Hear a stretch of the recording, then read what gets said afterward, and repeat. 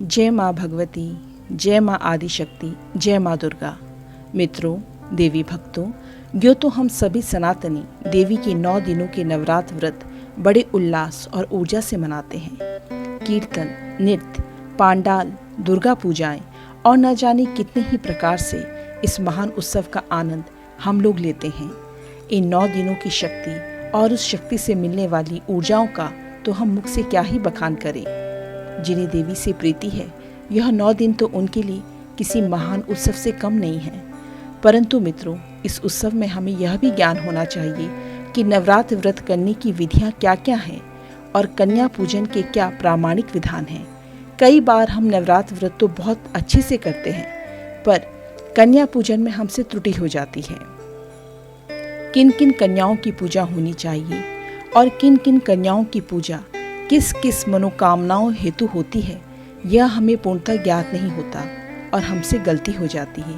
आइए आज मैं आपसे कन्या पूजन के विषय में श्रीमद् देवी भागवत महापुराण के प्रथम खंड के 3 स्कंद के 26वीं और 27वीं अध्याय में वर्णित कुछ तथ्य उजागर कर रही हूँ।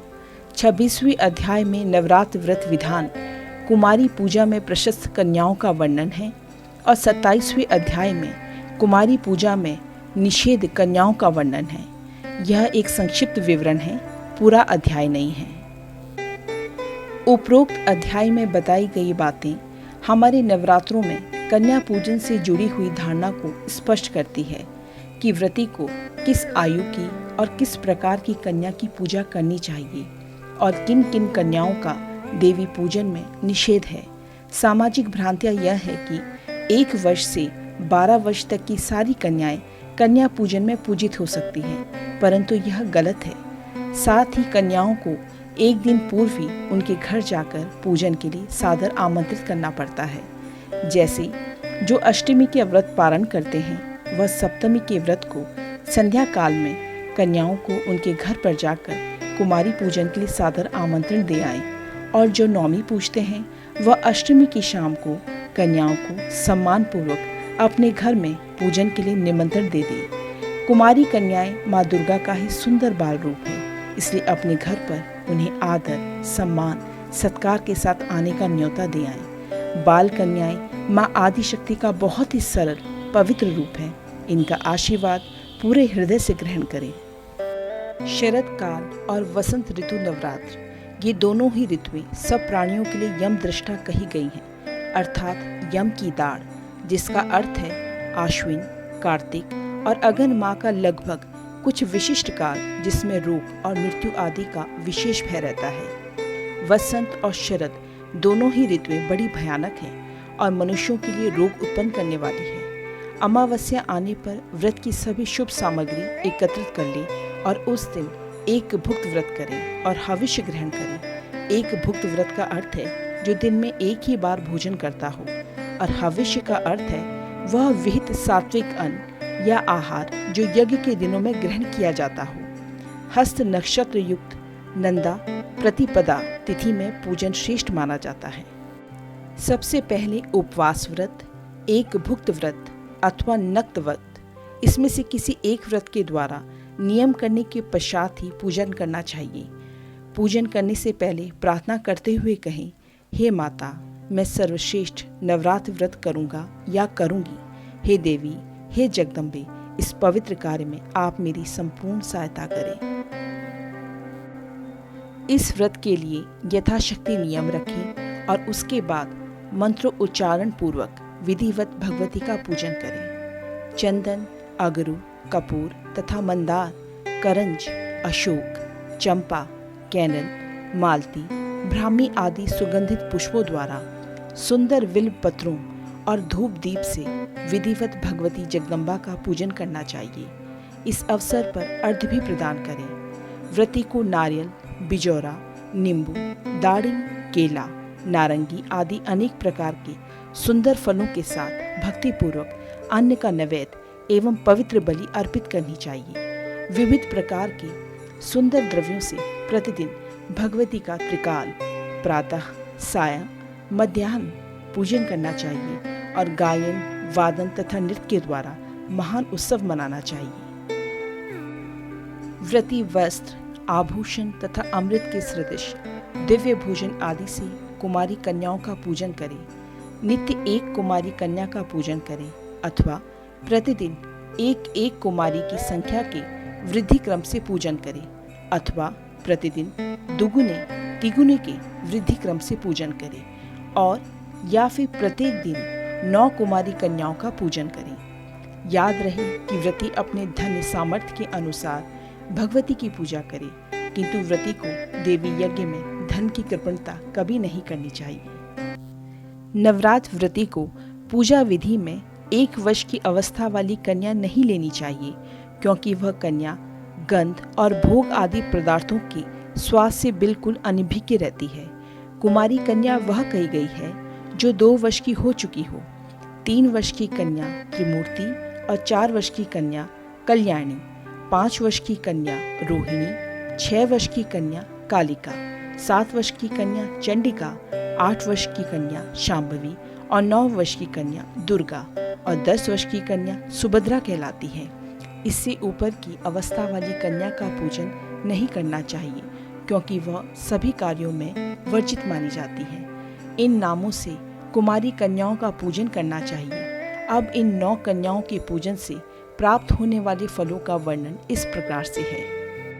कुमारी नाम की कन्या पूजित होकर दुख तथा दरिद्रता का नाश करती है।